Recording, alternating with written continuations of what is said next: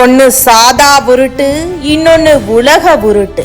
சீனாவை நம்பி ஏமாந்து புலம்பும் நாடு. பாகிஸ்தானும் சீனாவும் கூட்டு சேர்ந்து தயாரித்த JF-17 தண்டர் போர் விமானங்களை நம்பி வாங்கிய நைஜீரியா இப்போது தெரியாம வாங்கி மாட்டிக்கிட்டோமே என்று தலையில் அடித்துக் கொண்டு புலம்புகிறது. சோற்றுக்கே வழியில்லாத உங்களுக்கு எல்லாம் போர் விமானம் தயாரிப்பு ஒரு கேடா என சீனாவையும் பாகிஸ்தானையும் உலக நாடுகளின் முன்னிலையில் நைஜீரியா பகிரங்கமாக கலாய்த்து வருகிறது. கடந்த 2021-22 காலகட்டத்தில் நைஜீரிய விமானப்படை ஆசையாக வாங்கிய 3 JF-17 தண்டர் விமானங்கள் இன்று அந்நாட்டிற்கு பெரும் தலைவலியை ஏற்படுத்தியுள்ளன. அங்கிருந்து கசிந்துள்ள அதிர்ச்சிகரமான தகவலின்படி வாங்கிய 3 விமானங்களில் தற்போது ஒரே ஒரு விமானம் மட்டும்தான் ஓரளவுக்கு பறக்கும் நிலையில் உள்ளது. மற்ற 2 விமானங்களும் பழுதடைந்து குப்பையாக கிடப்பதால் அவற்றின் பாகங்களை கழற்றி இருக்கும் அந்த ஒரு விமானத்தில் பொருத்தி NDA கூட்டணியின் தேர்தல் பரப்புரையை துவக்க மலைக்கோட்டை மாநகர் திருச்சிக்கு வருகை தரும்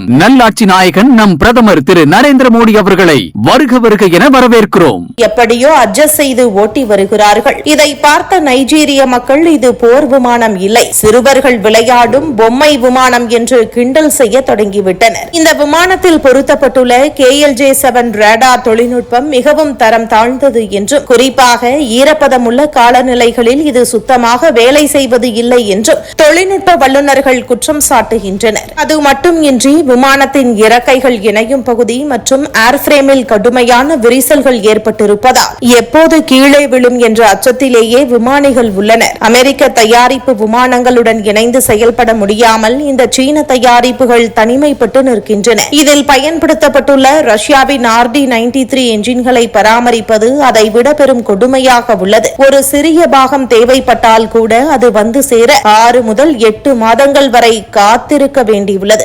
ஏற்கனவே மலேசியா, மியான்மர் போன்ற நாடுகள் இந்த JF-17 விமானங்களை பற்றி இதே போன்ற புகார்களை தெரிவித்து தங்கள் விமானங்களை தரைதட்டி வைத்துள்ளன. சீனா தனது விளம்பர பலத்தால் இந்த விமானங்களை மற்ற நாடுகளுக்கு தலையில் கட்டினாலும் அதன் சொந்த நாட்டு விமானப்படை ஏன் இந்த JF-17 விமானங்களை ஒருபோதும் பயன்படுத்துவது இல்லை என்ற ரகசியம் இப்போதுதான் உலக நாடுகளுக்கே புரிய தொடங்கியுள்ளது. சீனாவின் ஆயுதங்கள் போர்க்களத்தில் செயல்படும் வீரன் அல்ல, அவை வெறும் காகித புலிகள் என்பது நைஜீரியாவின் இந்த கசப்பான அனுபவம் மூலம் மீண்டும் ஒரு முறை உறுதியாகியுள்ளது.